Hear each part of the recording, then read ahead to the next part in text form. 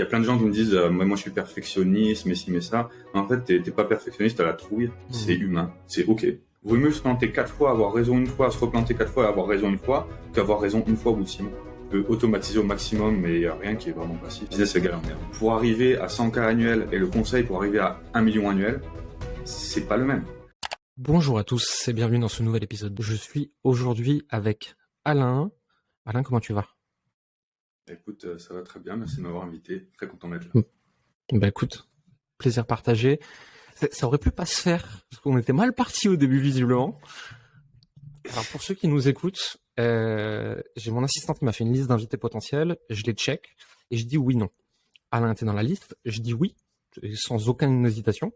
Et après elle m'envoie un message, elle me dit alors en fait tu l'as bloqué sur LinkedIn visiblement. Et du coup j'ai dû le débloquer et m'excuser. Et le problème c'est que ouais, visiblement j'ai le blocage facile quoi. Mais je peux te comprendre parce que quand tu commences à faire du contenu surtout un peu clivant sur LinkedIn, parce que toi tu as tendance quand même à avoir voilà, un point de vue qui est assez fort, qui est assez marqué.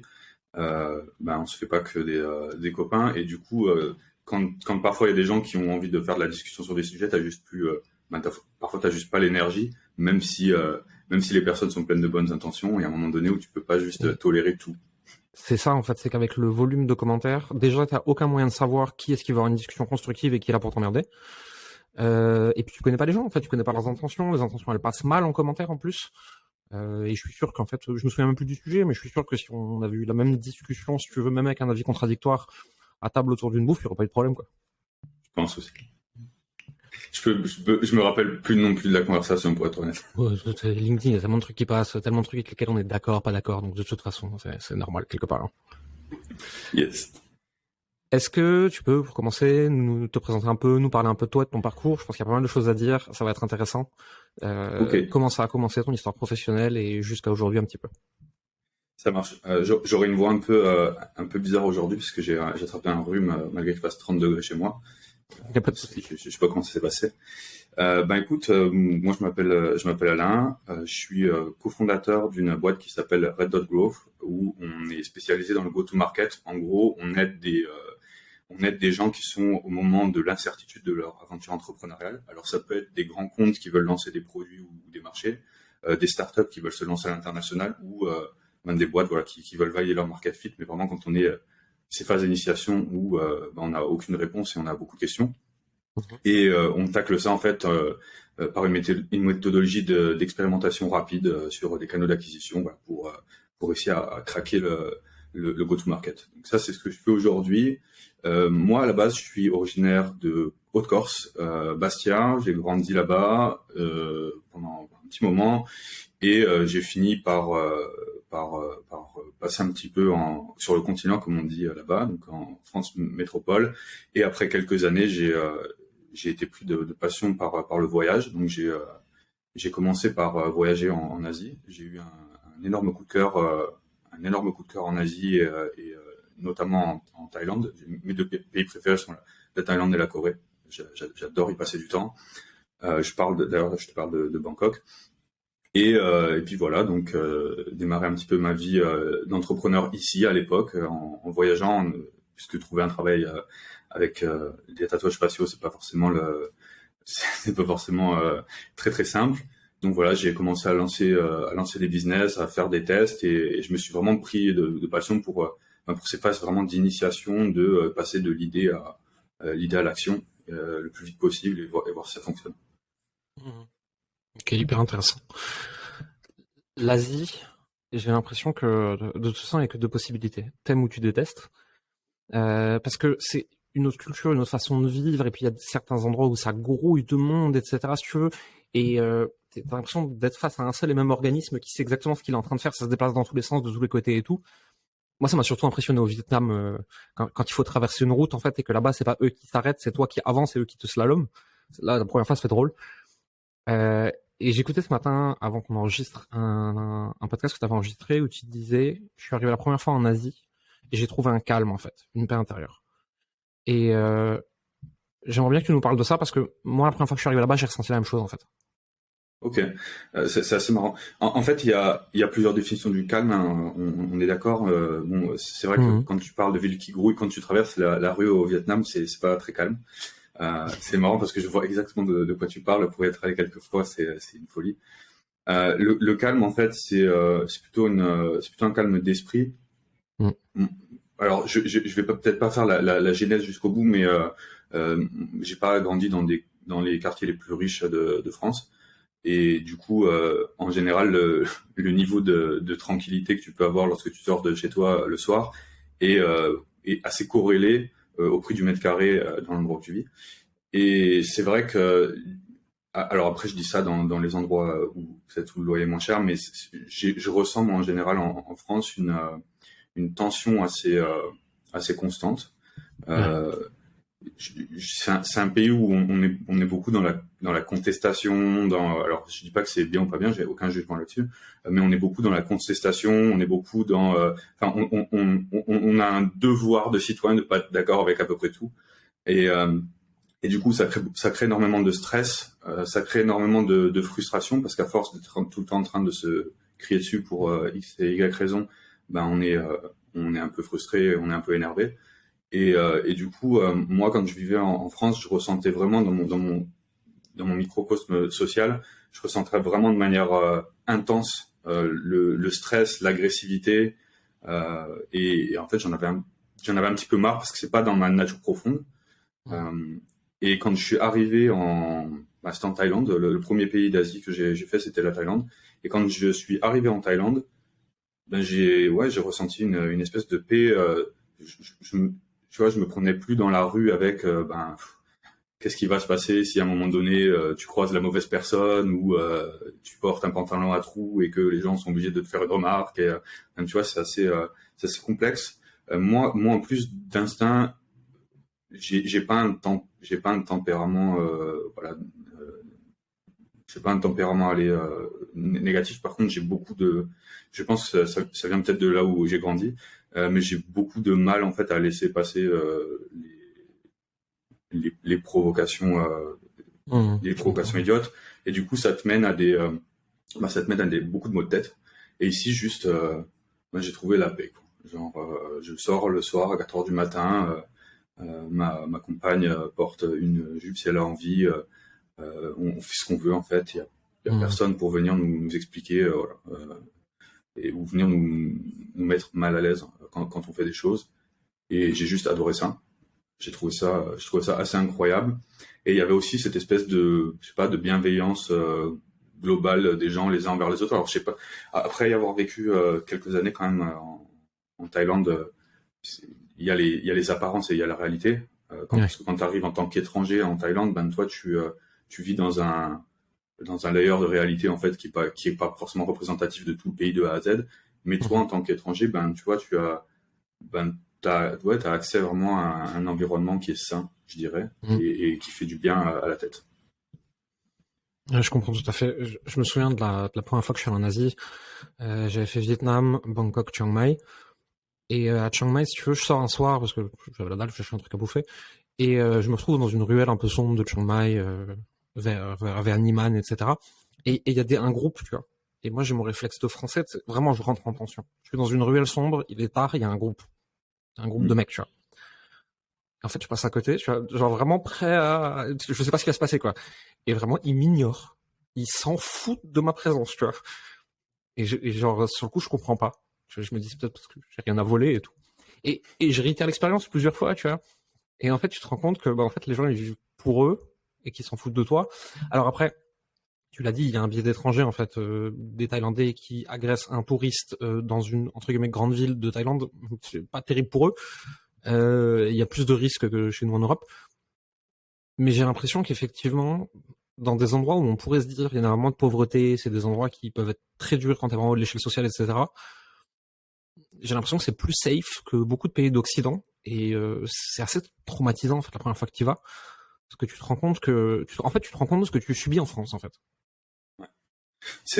Alors, c'est marrant, j'ai une petite anecdote et c'est marrant parce que ton podcast s'appelle Money, donc du coup, ça va être parfait. Euh, Si tu veux, moi, à une époque, quand j'étais en France, je travaillais dans une boîte qui s'appelait Germinal et à côté, j'avais des side business qui me rapportaient pas mal de cash.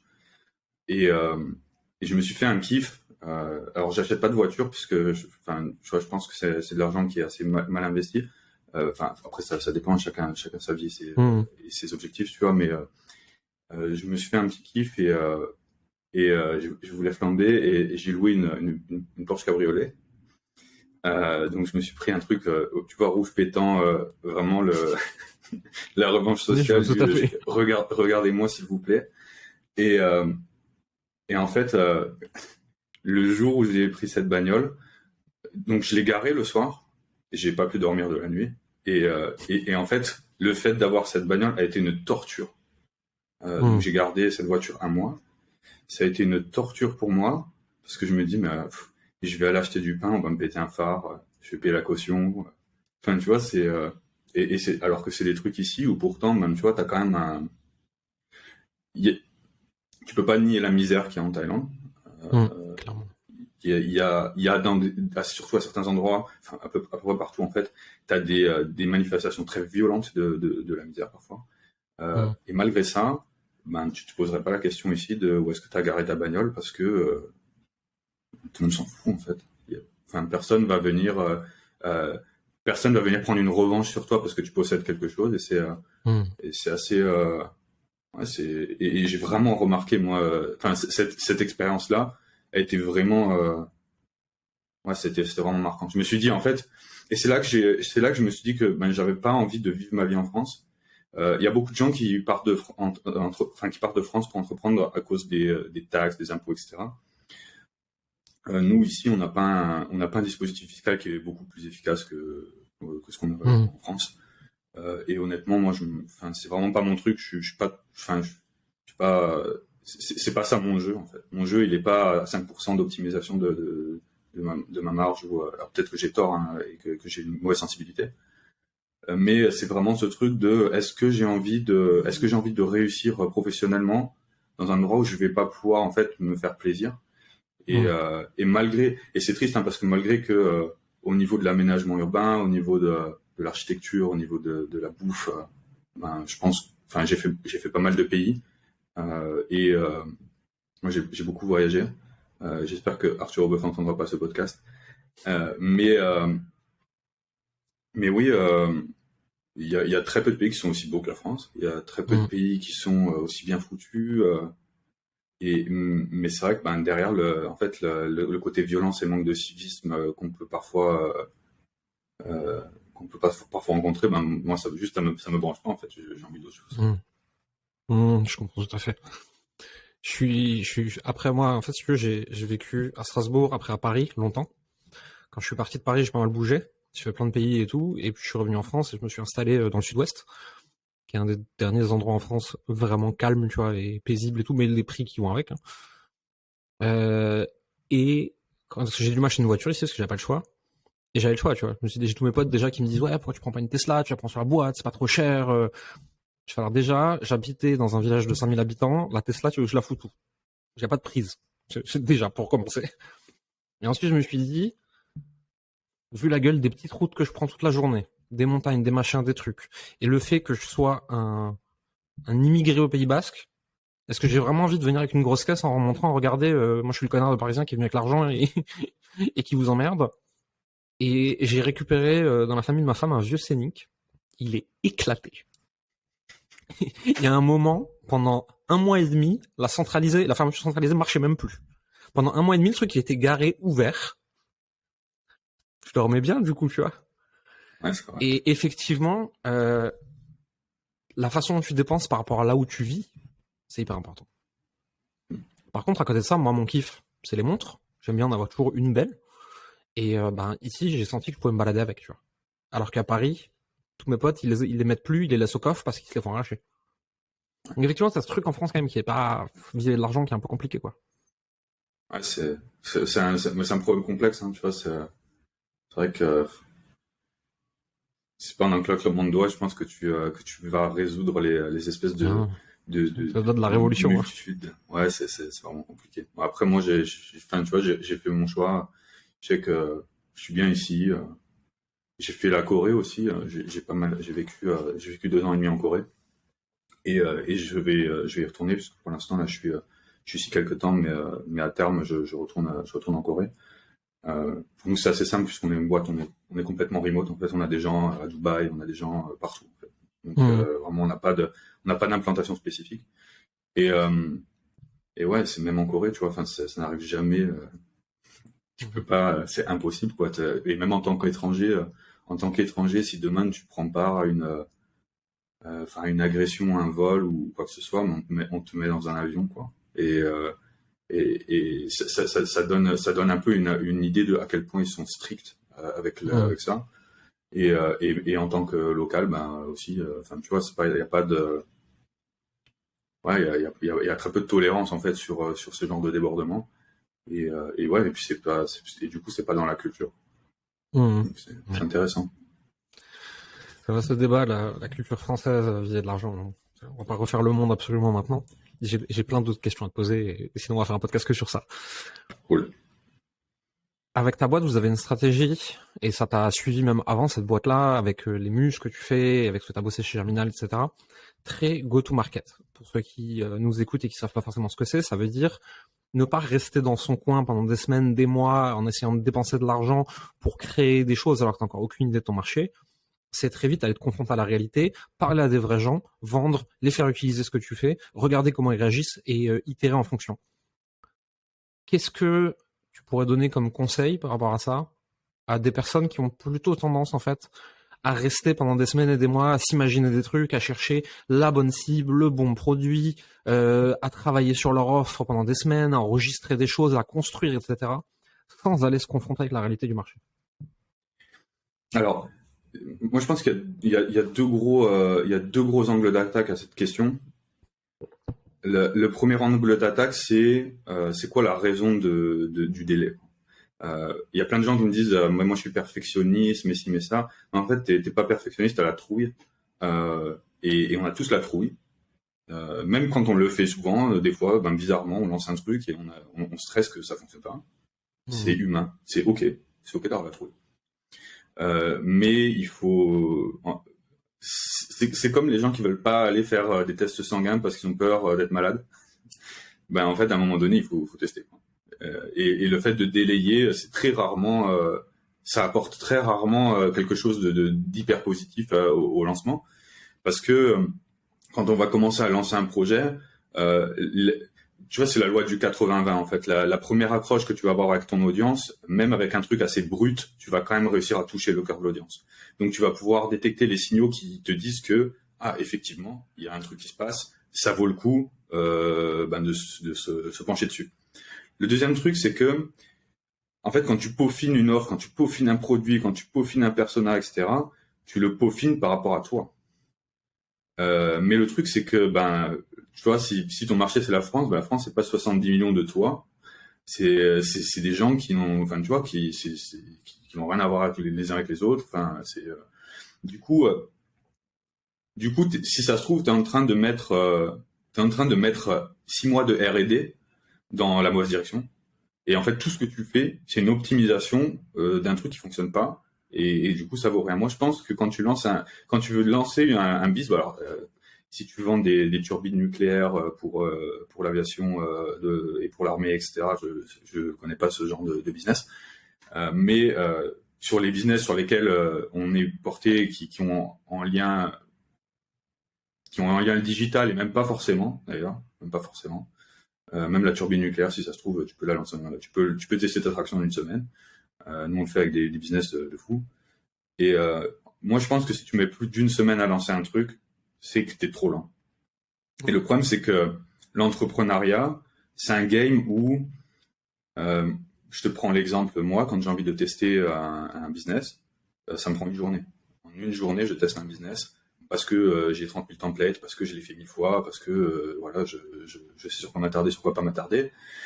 Le truc, c'est que quand tu vas commencer à prendre 6 mois à tester un truc, en fait, tu vas te bagarrer avec moi sur le marché.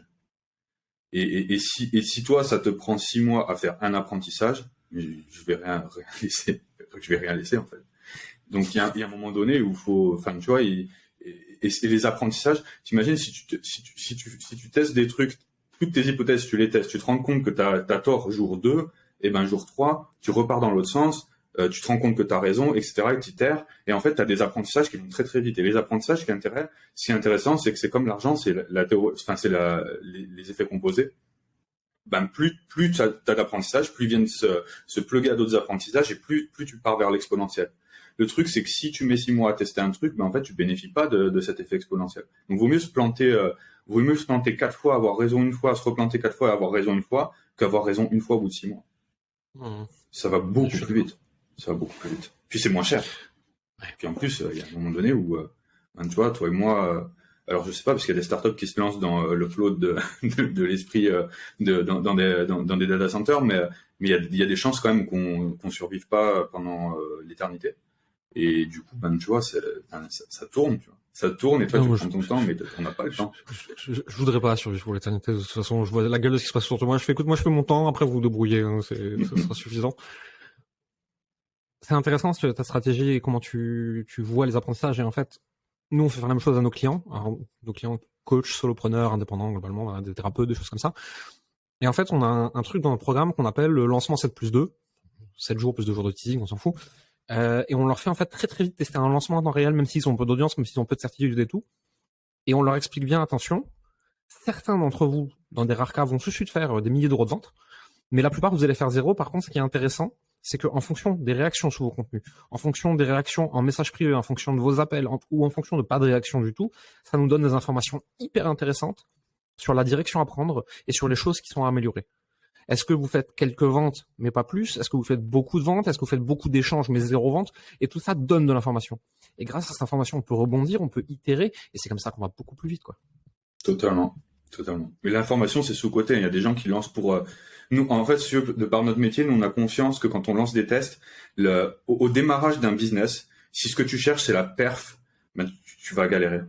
Parce que c'est pas l'ordre chronologique des choses. Déjà, quand tu commences les choses, il faut t'assurer que ton offre elle est bien cadrée, que ton audience elle est bien cadrée, donc il faut tester ça. Et en fait, les premiers lancements que tu fais, en fait, il faut se déculpabiliser de l'échec parce que les premiers lancements que tu vas faire, c'est du test, quoi. C'est du test. Tu sors des informations et en fonction de ces informations, tu apprends des trucs qui vont te donner un avantage, sur ton marché. Et du coup, de test en test, tu vas comprendre ton marché, tu vas comprendre les mécanismes. Et si tu itères et que tu prends le feedback et que tu itères sur ce feedback pendant 6 mois, pendant 1 an, alors là, je prends des horizons très loin parce qu'en vrai, ça peut aller, ça tend à aller beaucoup plus vite quand même. Mais en 3 mois, je pense que 3 mois, c'est quand même un laps de temps sur lequel tu peux en moyenne faire des choses.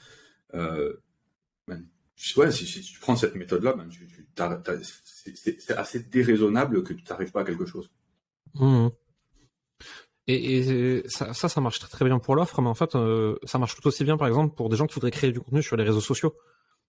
La plupart des gens, on va prendre un réseau sur lequel on est tous les deux, c'est donc LinkedIn, mais ça marche aussi sur Facebook, Instagram, YouTube, où tu veux.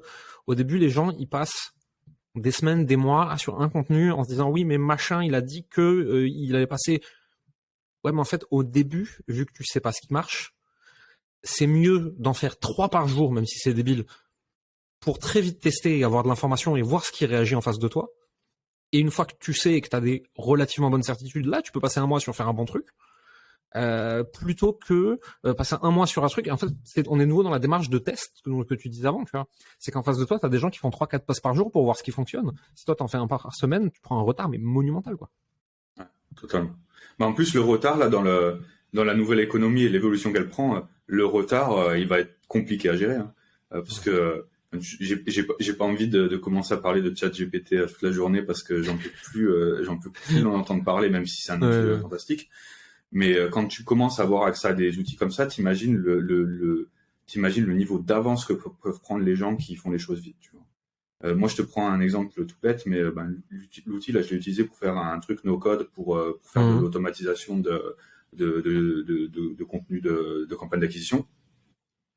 Tu te rends compte qu'en fait, la rapidité avec laquelle tu peux bâtir des choses maintenant, elle est folle, quoi. Donc toi, ben, tu vois, les 3 mois de retard que tu prends, ben, ça va t'amener demain à faire la guerre avec des gens dans un marché qui a totalement changé, quoi. Donc moi je pense que plus tu prends d'avance et plus tu peux jouir de l'évolution des choses. Bah en fait, avant, quand il fallait des mois pour, je sais pas moi, faire éditer un plugin WordPress exactement comme tu le voulais pour une petite... ChatGPT te le fait maintenant en 10 minutes si tu sais lui parler. Quand il fallait bosser avec des graphistes pendant des plombes, tu peux faire la même chose en 30 minutes sur Midjourney ou Stable Diffusion. Ça ne dispense pas du graphiste qui va venir optimiser, améliorer, etc. Mais tu arrives avec une maquette, en fait, hein, donc ça va tellement plus vite. Tu as tous les outils de no-code. Donc, en fait, faire des sites, faire des SaaS, faire des apps, j'ai même vu des outils de no-code pour créer des blockchains. Si tu veux, c'est arrivé à un moment où l'excuse de la difficulté d'implémentation a sauté. Et là, on va voir les gens qui veulent vraiment mettre les mains dedans et se bouger. Et eux, ils ont maintenant tous les outils pour aller très très vite et le faire très très bien. Et ceux qui, en fait, derrière, oui, mais c'est compliqué à implémenter, en fait, ils voulaient juste pas y aller, quoi. Là, de toute façon, l'économie, l'économie en ligne, en tout cas, elle va être totalement dominée par les gens qui font le taf, quoi. Par les gens qui passent à l'action et ça me paraît assez évident, de toute façon, avec les outils qui sortent. Est-ce que vous avez remarqué un truc avec vos clients? Moi, je le remarque à l'échelle de mon marché, alors pas sur mes clients qui sont des indépendants, mais globalement, quand j'observe le marché, j'ai l'impression qu'on est vraiment en train d'avoir deux grosses tendances avec plus rien au milieu, à savoir un truc très très très humanisé, très très très personnalisé, où c'est vraiment l'expérience et le jugement des gens qui est mis en avant. Et quelque part, les solopreneurs et les influenceurs, c'est un peu ça. Et de l'autre côté, des trucs très système, outils, no-code, intelligence artificielle, tout va plus vite, tout est ultra scalable. Et j'ai l'impression que toutes les nuances du milieu sont en train de disparaître. Ouais, alors j'écoutais alors j'arrive plus à me rappeler de qui parlait de ça. J'écoutais un podcast il y a quelques jours sur ce sujet justement. Ouais, ben effectivement en fait, puisque je pense avec les outils qui sortent maintenant, les capacités d'optimisation des business techniques elles deviennent ouf. Et du coup, ben les gens qui en fait je te prends le métier qu'on fait. Le métier qu'on fait qui ressemble pas mal à du métier d'agence. On a un fonctionnement qui est un peu différent que les agences, mais ça y ressemble. Imagine aujourd'hui si moi j'explore pas l'AI, tu vois. J'explore pas l'AI. Je continue à faire mes choses à la mano sans parce qu'on a toujours fait comme ça. Ben ouais, mais dans 6 mois, tout le marché va utiliser l'AI pour faire de la production de contenu plus rapide, pour faire de l'étude de marché plus rapidement, pour faire et plus efficacement. Et du coup, moi, dans 6 mois, je suis irrelevant.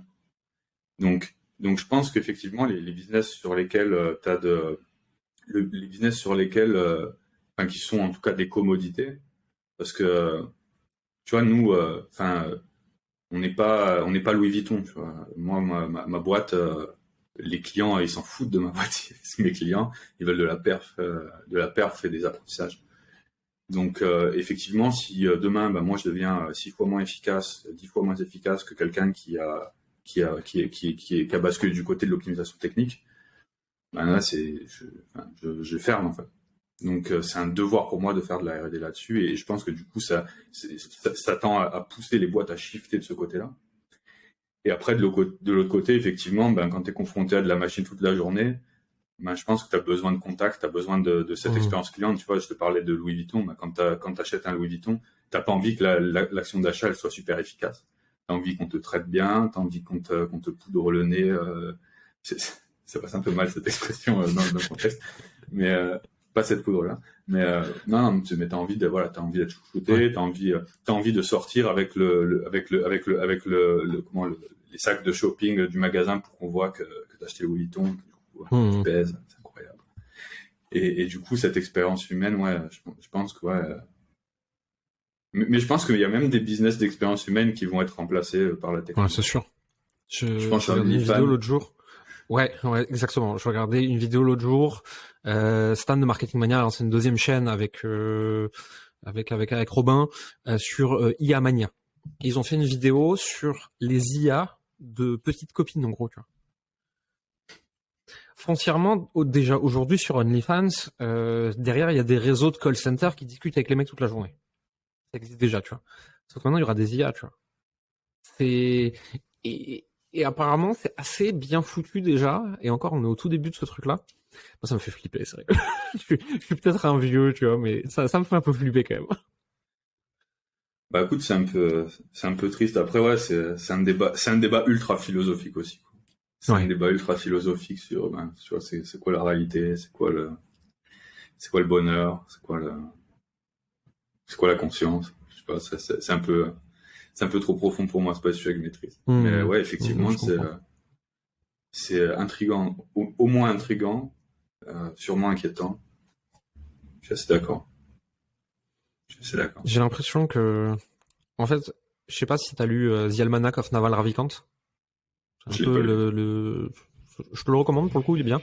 Mais bon, c'est un peu l'Eldorado LinkedIn ce bouquin, tu vois, c'est sur toutes les considérations d'argent, de bonheur, de valeur de ton temps, etc. Mais globalement, il dit un truc, c'est que l'avenir, c'est soit le code, soit le média. Et finalement, si on pousse ça un peu plus loin, j'ai l'impression qu'il va y avoir deux types de boîtes et d'entrepreneurs. Celle effectivement avec le code et les outils qui vont être dans l'efficacité. Et donc, on vient voir ces boîtes-là parce que c'est les plus efficaces et les plus optimisées, etc. Et de l'autre côté, ce qu'il appelle média, finalement, ça va être personal brand et audience. Et je vais voir ces boîtes, non pas parce que c'est l'expérience la plus optimisée, mais parce que je veux que ce soit avec ces humains-là que je le fais. Et alors, celui qui demain arrive à faire les deux, il a gagné, quoi. Ouais, je pense. Mais après, je pense quoi, effectivement, les nouvelles technologies tu vois, pour des solopreneurs, par exemple, c'est assez incroyable parce que ça permet, tu vois, déjà, t'as ton premier effet de levier qui est ton audience, qui te permet de te scaler. Et en plus, avec les outils, tu vois, tu peux bâtir des mini startups, des mini empires autour de toi. Mais moi, ça me fait un peu flipper. J'en parlais hier. Ça me fait un peu flipper parce que, tu vois, il y a plein de gens, enfin, il y a pas plein de gens, mais il y a des gens qui se demandent si, l'IA va pas détruire l'humanité. Moi, je pense que l'IA n'aura pas le temps de détruire l'humanité. Parce que je pense on va réussir à tout foutre en l'air avec l'IA avant que même l'IA ait eu le temps de détruire l'humanité. Parce que moi, en général, t'avais Paul Graham qui disait ça quand il parlait de la maladie qui a frappé le monde entier, dont je parlerai pas au cas où tu as envie de monétiser ton podcast quelque part. Il parlait du fait que l'humain a du mal le cerveau humain a du mal à appréhender l'exponentiel. Ouais. Et avec les mouvements technologiques et surtout ce qui se passe avec l'IA maintenant, là on est vraiment plein dedans. Là, c'est d'une release à l'autre de leur moteur chez OpenAI, c'est une folie. Et du coup, je me dis, il y a personne qui s'est dit tiens, on va utiliser ça pour avoir une vie plus chill, comme à chaque fois qu'il y a un progrès technologique, et pour mettre les machines à notre service. Tous les gens qui pensent qu'on va mettre les machines à notre service se trompent. Non, on va juste essayer d'aller encore plus fort. Tu vois, et je fais partie de ces gens, hein, c'est un peu schizophrénique, hein, ce que j'en mais moi, ça m'inquiète un peu de voir la vague exponentielle qui arrive et de voir, bien sûr, qu'on habite malgré tout, qu'on soit écolo ou pas, on habite quand même dans un monde avec des ressources finies. Et en fait, la vitesse exponentielle avec laquelle on arrive à consommer ces ressources m'inquiète un peu. Donc, si tu regardes un peu dans des gens comme ça qui analysent d'un point de vue philosophique le progrès technologique, tu vois, avec si on peut le faire, c'est qu'on peut le faire. En fait, la problématique, c'est que quand la technologie évolue plus vite que la conscience humaine, on se retrouve avec des technologies qui nous dépassent et pour lesquelles on n'est pas prêt. Et on va simplement faire de la merde avec et tout péter, en fait. C'est un peu triste. Tu regardes le nucléaire, ils ont fait des bombes avant d'en faire des centrales, quoi. Et donc je me dis, avec ces IA, qu'est-ce qu'on va pouvoir faire de débile, puisque visiblement on n'est pas foutu de faire un truc utile avec, tu vois. Je sais pas. Ouais. Moi je te dis, je pense que juste on va tellement augmenter notre productivité de manière exponentielle que je sais pas, dans 100 ans Terminator va arriver, mais tout le monde sera plus là déjà. Ça servira plus à rien. Franchement, ça m'étonnerait pas, vu l'humanité. Bref. Tu lances pas mal de petits business en plus de ton activité. Alors, il y en a qui appellent ça side business, revenus passifs, des muses, etc. Moi, ma croyance, c'est que rien n'est vraiment passif. Par contre, tu peux diminuer ton temps actif dans une activité à l'extrême. Est-ce que tu peux un peu nous en parler, nous dire comment tu les réfléchis, comment tu les lances Yes. Alors moi j'ai deux phases de lancement de side project. J'ai eu une première phase où quand j'étais quand j'avais pas encore cette boîte et que du coup je lançais vraiment des business pour faire du revenu et faire de l'argent. Et j'ai eu la phase maintenant où je lance plutôt des tests. Donc c'est-à-dire que moi je suis l'inverse des personnes dont tu parlais qui ont peur de faire des choses. Je suis un gars qui fait des choses pour rien. C'est-à-dire que j'ai juste envie de garder, parce que tu vois, quand tu commences à piloter une boîte, que tu commences, tu vois, nous on est une dizaine on est une dizaine en tant qu'employés et on pilote, on a un système où on pilote des freelances en exécution vu qu'on intervient sur beaucoup de marchés internationaux et qu'on peut pas embaucher 600 personnes dans tous les pays du monde. En fait, on intervient avec des experts donnés. Tu vois, quand on est en France et qu'on doit travailler sur une campagne marketing en France, on a l'expert Google en France, expert Facebook en France, etc. Et quand on doit aller aux US, on a Natif US, quand on doit aller, etc.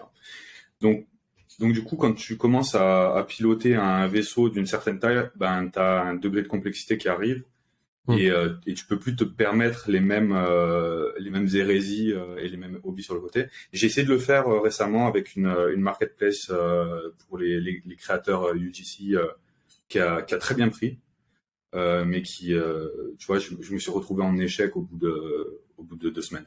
Au bout de 2 semaines, je me suis retrouvé en échec parce que, tu vois, l'automatisation, ce qu'on ne dit pas souvent sur les business passifs, c'est que déjà, tu l'as très bien dit, il n'y a rien qui est passif. Tu peux automatiser au maximum, mais il n'y a rien qui est vraiment passif. Tu as toujours business égale emmerde. Plaisir aussi, hein, pas de problème, mais emmerde. Il faut aimer les emmerdeurs quand on fait du business, parce que sinon, on est au mauvais endroit. Et donc, par contre, pour arriver à ce degré d'automatisation, tu dois passer par une phase où tu crées cette automatisation.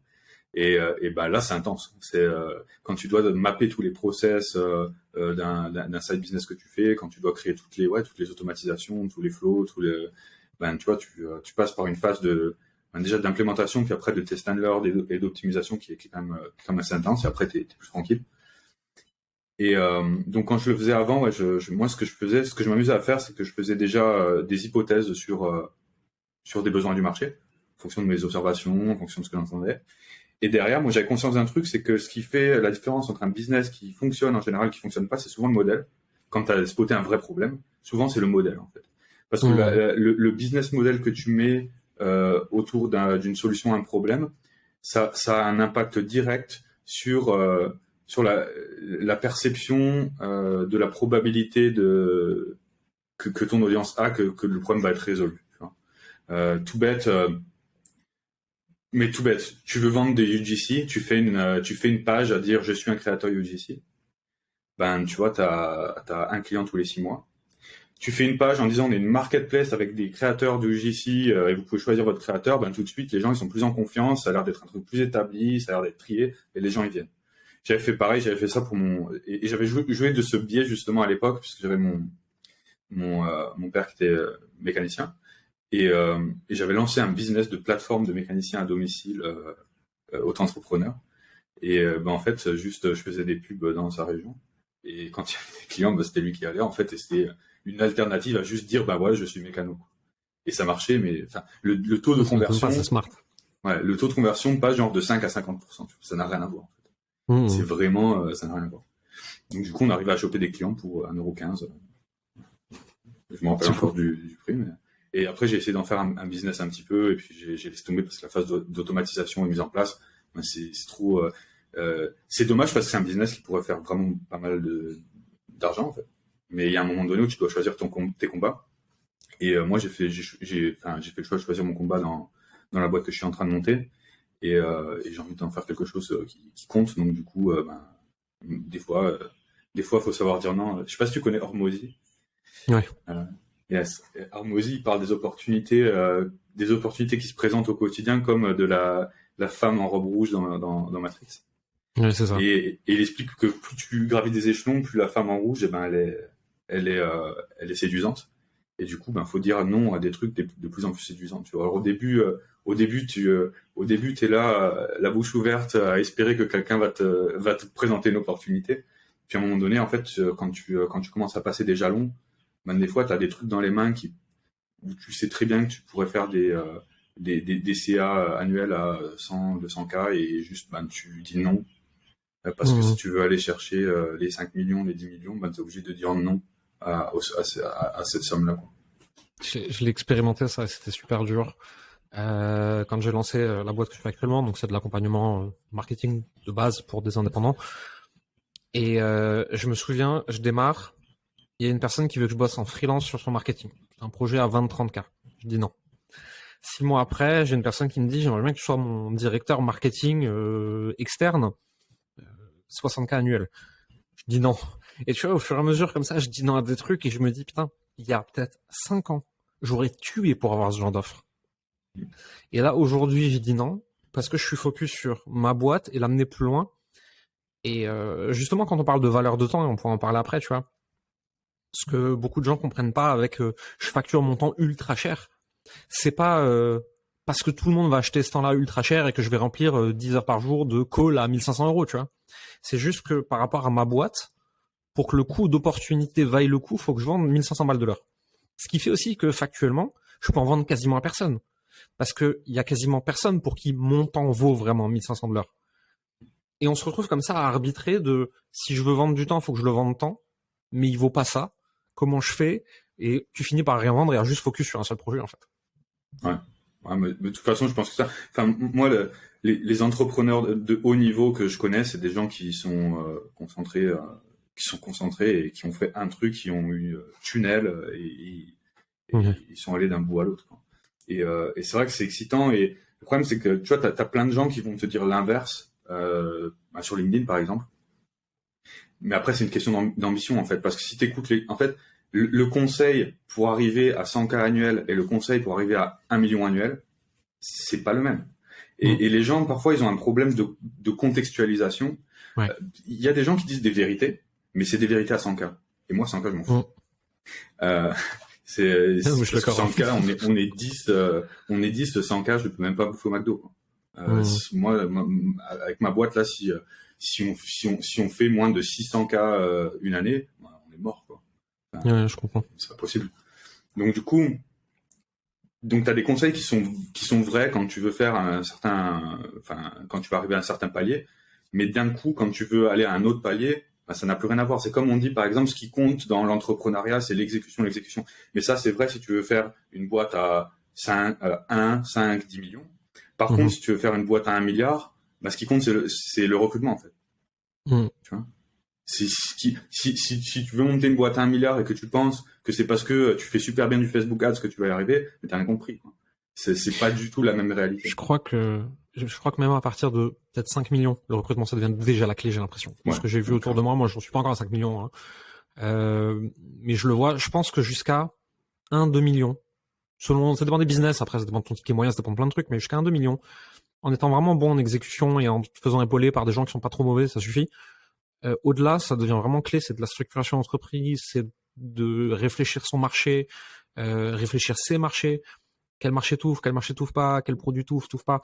Et ça devient vraiment de la stratégie, en fait, et du recrutement. Et là, c'est un autre game encore, et qui est intéressant aussi. Ah, non, je suis d'accord. Je suis d'accord avec ça. Et même, nous, tu vois, on a raté le million pour notre première année. On est arrivé short, on l'a fait au bout de 14 mois. Mais même à notre niveau, je vois que, tu vois, le recrutement, c'est clé. T'as des gens dans ma boîte qui sont des piliers. Et s'ils étaient pas là, ça fonctionne pas. C'est juste tu peux pas, parce qu'en plus, tu vois, sur notre métier à nous, on est sur un métier qui est très opérationnel. Donc du coup, quand tu es sur un métier qui est très opérationnel et que tu as beaucoup de gestion de l'humain, si t'as pas au moins une ou deux personnes au mid-management qui sont capables d'être un pilier, tu t'effondres. Tu vois, nous on a Clara chez nous par exemple, qui est notre head of growth et qui vraiment qui chapeaute les opérations avec nous. Mais si cette personne fait pas partie de l'équipe, c'est complexe, quoi. C'est complexe à gérer. On serait obligé de downsizer et de retrouver un profil comme le sien. D'ailleurs, si tu écoutes ce podcast, Clara, ne demande pas une augmentation. J'ai un peu la même structure de boîte, tu vois, où j'ai Xerius mon bras droit et s'il pilotait pas tout ce qu'il pilote et s'il structurait pas ce qu'il structure, ça marcherait pas. Il y a Mehmet qui pilote toute la team coaching. S'il était pas là, ce serait pas possible.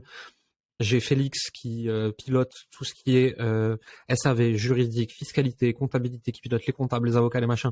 S'il était pas là, ce serait pas possible. Et tu te rends compte qu'en fait, je pense que tu vas aller jusqu'à peut-être 500K, tu peux le faire seul. Tu bosses juste comme un âne, hein, mais tu peux le faire seul. La question après, c'est ok, atteindre tel chiffre d'affaires, mais dans quelles conditions aussi, tu vois. Et j'ai joué au solopreneur pendant plusieurs années, j'ai gagné pas mal d'argent avec ça, et à un moment, je me suis dit, ok, je veux un autre jeu. Je sais qu'à 12, 24, 36 mois, je vais gagner moins d'argent, moi, en perso, mais je vais être avec des gens, ça va être une aventure trop cool, et je vais pouvoir aller plus loin. Et en fait, à 3, 5 ans, peut-être 10 ans, là, je gagnerai de nouveau plus d'argent. Mais je pense que c'est important de savoir aussi à quel jeu tu joues et quelle aventure tu veux jouer. Et le jouer seul, c'est pas forcément drôle, j'ai l'impression. Ouais, je pense que ça dépend vraiment des tempéraments, ça dépend aussi des entourages. Je pense que t'as effectivement des gens en soloprenariat qui arrivent. Moi, je faisais ça au début aussi, tu vois pas. Même pareil, tu vois, je faisais ça, mais avec mes muses, je fais des plateformes très low-tech et des choses comme ça. Et c'est vrai qu'au bout d'un moment, moi, je me suis senti tellement seul que j'ai pris un job salarié euh, à l'époque, que je ne dise pas de bêtises, mais je devais faire à peu près 6 000 euros net par mois avec des muses, en travaillant pas excessivement. Je travaillais, tu vois, je travaillais, mais j'avais des week-ends, tu vois, week-end paisible, je finissais tôt, tranquille. Et j'ai pris un job chez Germinal à l'époque où, je devais gagner, je suis rentré à peut-être 2500 euros net, tu vois. Et enfin, tu vois, en fait, j'avais tellement envie et c'est pareil, tu vois, t'as le côté déjà solitude et puis t'as le côté tu peux vite stagner. Si t'es pas entouré, si t'es pas challengé, si tu te sens pas responsable aussi, parce que des fois quand t'es seul, quand ça se casse un peu la gueule, ben la flemme, tu vois. Ouais, Alors que au lieu de 6 000, je vais faire 3 000, c'est pas grave, tu vois. c'est ça, tu vois. Mais quand tu dois ramener le gibier à la maison, ben du coup tu peux pas faire ça, parce que si tu fais ça, en fait, ben t'as des gens qui comptent sur toi, tu vois, donc t'es obligé de faire le taf. Et j'aime bien cette espèce d'émulsion, cette espèce de challenge, et aussi, ben comme tu dis, tu vois. Alors après, je suis reparti en consultant aussi, pareil. Une fois que je suis passé chez Germinal, je suis parti en consultant. Et ouais, je devais faire enfin, on s'en fout. Je faisais pas mal de sous. Et et ouais, quand j'ai eu l'occasion de remonter une boîte, je savais que j'allais gagner moins. Tu vois, là, je sais que ben, je préfère plus d'argent en étant seul, en perso, hein, bien entendu. Je préfère beaucoup plus d'argent en étant seul. Mais c'est quoi le jeu à 5 ans, comme tu dis? C'est quoi le jeu à 3 ans, à 5 ans? C'est quoi aussi le confort? Parce que c'est vrai, il y a des gens qui sont des fois là, ouais, je fais 15K par mois en solopreneur et tout. Mais il y a le charbon derrière, tu vois. Enfin, c'est euh, c'est pas chill, tu vois. Tu prends je sais pas moi, tu prends ça m'étonnerait que Thibault Louis soit un énorme flemmard. Ça m'étonnerait que toi, quand t'étais en solopreneur, ça m'étonnerait que t'étais un énorme flemmard et que tu fasses des grasses mat 5 jours par semaine. Enfin, tu vois, c'est pas. Moi, si tu veux, que j'ai gagné dans ma vie zéro, énormément tout seul, ou aujourd'hui maintenant qu'on est une équipe de 10-12, de toute façon, je me suis toujours levé vers 5-6 heures du matin, je charbonne toute la matinée, je fais du sport, je fais la sieste, je fais encore 2-3 petits trucs l'après-midi, mais vers 17-18 heures je coupe. Mais j'ai eu cette rigueur esthétique de travail, peu importe mes revenus, peu importe mon niveau de succès, d'ambition, de machin, ou quand je ratais profondément des trucs aussi, hein, parce que j'ai planté des projets aussi. Pareil, j'ai toujours eu ça. Et je me suis jamais autorisé à rien foutre. Et puis même, en fait, ça me rendrait pas heureux, quoi. J'aime bien bosser, en fait. Ah, j'aime bien aussi. Moi, je fais des landing pages des fois quand je m'ennuie.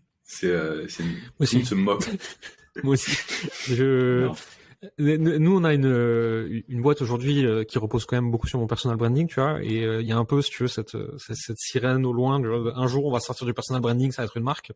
Je pense que tous les 3 mois, je m'amuse à brander un business complet comme ça, et puis ensuite, je le lance à l'équipe.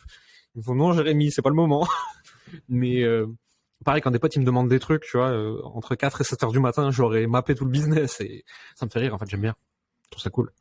Ouais, c'est de la passion. Moi, j'ai le même truc et c'est pour ça qu'on en a fait notre job en fait dans ma boîte, c'est que vraiment ces trucs d'initiation, de lancer des choses en fait, c'est ultra excitant et même avec les clients, tu vois, tu parles à des gens qui sont dans l'excitation du nouveau, tu vois. Tu parles avec les départements innovation, tu parles avec des gens qui sont au début de leur aventure, ouais, voilà, non, c'est vraiment excitant. Oui, j'ai presque l'impression, si tu veux, que le lancement, c'est le plus fun, en fait. Après, tu trouves du fun dans d'autres choses, mais moi, justement, au moment où ça a commencé, si tu veux, où ça avait un peu décollé, je me suis fait épauler de quelqu'un qui était bon pour structurer, tu vois. Parce que je savais que moi, j'aimerais pas ça. Ouais. Je pense que t'as un vrai truc chez les. Je pense que tu vois, t'as des starters et t'as des opérateurs. Je pense. Ouais. Alors, je pense également qu'il faut pas se mettre des étiquettes et qu'il faut pas se dire bon bah voilà, moi je suis un starter, donc c'est pour ça que je fais ou je sais pas quoi. Ben, il y a un moment donné, si t'es un starter et qu'il faut opérer, ben tu te tais et tu opères. Tu vois. Mais je pense quand même que t'as des sensibilités. Je sais pas si ça se fait la manière dont on grandit, je sais pas la manière, je sais pas si c'est hormonal, si c'est des questions de dopamine, si c'est je saurais pas te dire. Mais ouais, il y a des gens qui, à l'inverse, parce que moi je pensais que tout le monde était un starter au début. Je me disais, bah, c'est évident que tout le monde adore lancer des trucs, tester des trucs, puis qu'après, quand il faut structurer, etc., ça fait chier tout le monde, c'est évident. Je me suis rendu compte que pas du tout. Il y a des gens que ça met très mal à l'aise de commencer des trucs et qui adorent la prédictibilité, Ouais. faire des grands systèmes opérationnels avec des tableurs de partout pour essayer de comprendre ce qui va se passer demain et tout.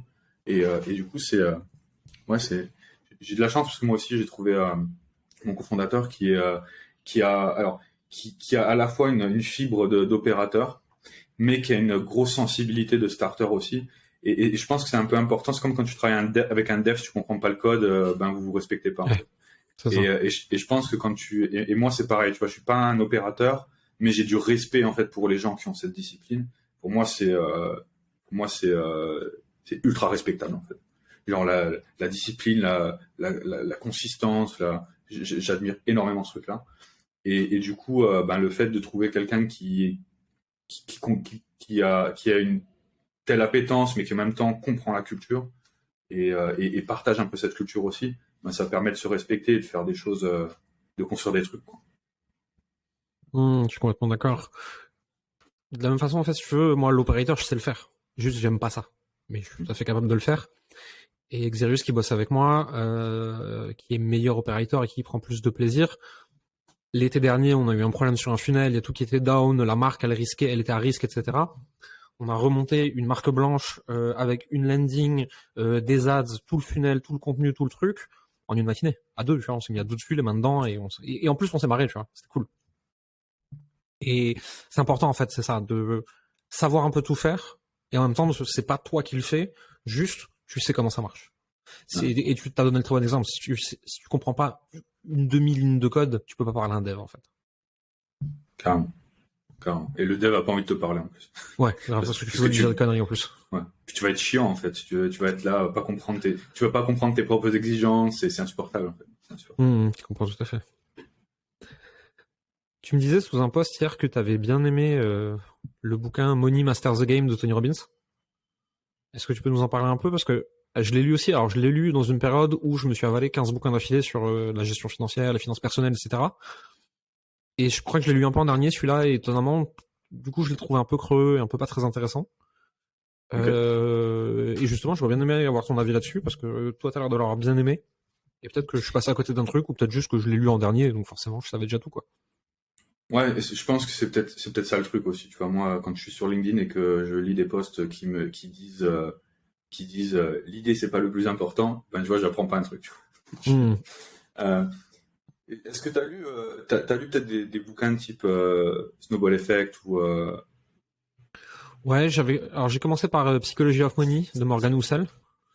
Ensuite, j'ai lu pas mal de Di Martini, qui a une vision du coup un peu plus spirituelle au perché de l'argent, mais c'est intéressant aussi. J'ai lu un peu de Dan Kennedy. Donc là, c'est très brutal, très marketing, très comment choper l'argent, tu vois. Et j'ai lu après Tony Robbins, il me semble. Ok. Moi, j'ai beaucoup aimé. En fait, j'ai beaucoup aimé ce bouquin-là puisque c'est vraiment. Ça a été mon premier vrai contact avec les effets composés. Ok. La compréhension de cette notion-là, la compréhension de ce que c'est une exponentielle Et en fait, j'aime bien ce bouquin sur l'argent, mais j'aime bien ce bouquin d'un point de vue philosophique aussi, parce que tu comprends en fait le coût du délai, par exemple. Tu vois, on parlait de ça. Et dans ce bouquin, tu as des illustrations pratico-pratiques de c'est quoi le coût de l'hésitation et le coût du délai. Ouais. Quand tu parles en exponentiel. Tu vois. Et j'ai trouvé ça assez intéressant d'être exposé à ce truc-là. Et ça m'a permis en fait de revoir parce que avant j'avais une perception de l'investissement qui était un peu comme celle de tout le monde. En fait, on se dit oh ben voilà, ici il y a 2% de frais, 2% c'est que tant, etc. Mais en fait 2% c'est que tant quand tu comprends pas les effets composés. Parce que quand tu les comprends, ben tu te rends compte que ok ben ton 2% c'est bien, mais c'est très peu. Mais et sur 30 ans, c'est 100 000 balles, quoi. Ouais, c'est ça. Ouais. Sur 30 ans, c'est 100 000 balles. Et sur 31 ans, c'est 200 000 balles. Tu vois. Ouais, Genre, c'est ça. c'est vraiment ce truc-là qui m'a... Et en fait, ça m'a permis d'éviter... Enfin, d'être conscient des pièges. Des pièges sur ce truc-là. Et vraiment, comme je te dis, vraiment l'exposition spirituelle de l'exponentiel et des effets composés, ça a été... ça a été intéressant. Ça a été intéressant pour moi. Ouais, je comprends du coup, parce que en fait, si tu veux, moi, un des premiers que j'avais lu aussi encore avant même Psychology of Money, c'était Ramit Sethi, I Will Teach You to Be Rich. Et c'est vraiment très très très basique, tu vois, c'est pour l'américain moyen. C'est en gros, il y a un chapitre entier qui dit si ta banque te traite mal, t'as le droit d'en avoir une deuxième, tu vois. No shit, j'en avais 4. Enfin. Et à la fois, ça m'a permis de me rendre compte aussi que j'avais eu la chance d'avoir une éducation financière pas dégueulasse quand même dans mon enfance. Et donc, je savais déjà des trucs qui me paraissaient évidents et normaux alors que plein de gens ne savaient pas. Et moi, j'ai dû plus apprendre sur facturer la valeur de ton temps, la valeur de tes compétences et des choses comme ça, alors que tout ce qui était bancaire investissement, je connaissais un peu. Mais effectivement, quand tu découvres vraiment le monde des exponentiels, avec ce que tu peux gagner, mais aussi ce que tu peux louper en te trompant sur des petits pourcentages et des trucs, tu te rends compte que c'est fou ce qui peut être possible. Et c'est là que tu vois que en fait toutes les histoires que tu vois sur internet du mec qui est éboueur et qui a investi juste intelligemment pendant 40 ans et qui finit millionnaire, et tu dis non, c'est pas possible. Bah si, en fait, avec les exponentiels, c'est possible en fait. Moi, ça a été vraiment le truc de l'exponentiel et des ordres de grandeur. C'est un truc qui aussi m'a aidé parce que tu vois, moi, je viens d'une famille où l'argent c'était vraiment rare, fallait le chercher sous le tapis. Et et du coup, au début tu vois, quand tu commences l'entrepreneuriat puis que tu as un problème avec le fait de gagner et de dépenser de l'argent, les deux, ben t'es pas dans une bonne position pour gagner. Parce que ben l'argent, tu vois, c'est un flow, c'est pas un stock. Et si t'es pas capable de comprendre que ben tu vois le fait de perdre de l'argent c'est acceptable et que ça peut mener justement à un apprentissage qui peut faire que tu vas gagner 2 fois plus vite de l'argent et du coup en comprenant les effets composés ben tu comprends que si t'as perdu 1000 balles si demain tu dois payer 1000 balles pour apprendre à faire 500 balles par jour ben perler quoi. et euh, Et ça m'a un peu décomplexé avec ça en me disant, ben ouais, demain, si tu perds tout ce que tu as, c'est pas grave parce que ça t'a permis d'acquérir tel et tel et tel et tel truc qui te permettent, ben, tu vois, de repasser sur une autre échelle à chaque fois et de faire grandir le gâteau. Et ça m'a un peu libéré de cette vision, ouais, très en stock, quoi, de l'argent avec faut essayer d'en dépenser le moins possible, faut pas se tromper. Si, il faut se tromper, parce qu'en fait, si tu te trompes pas, si tu prends jamais un risque, tu vas jamais faire un truc exceptionnel. Tu vas jamais être, tu vois, tu vas jamais être le gars qui a eu ce coup de chance. Parce que le mec qui a eu le coup de chance, oui, d'accord, tu sais, on parle souvent du biais du survivant, mais on parle jamais de combien d'opportunités le survivant il a raté aussi, tu vois. Parce qu'il y a une réalité là-dessus, tu vois. C'est pas parce que tu gagnes tu gagnes parce que tu as saisi une chance et du coup on se dit ouais mais s'il n'y avait pas eu cette chance, ouais mais ça se trouve il y a eu 30 chances que C'est parce qu'il en a saisi et foiré 100 avant qu'il a eu celle-là, en fait. Ouais, c'est ça. Complètement d'accord. J'ai une dernière question pour toi. J'aime bien la poser un peu à tous mes invités. Si tu avais un conseil à donner à ton toi de 15 ans, qu'est-ce que tu lui dis?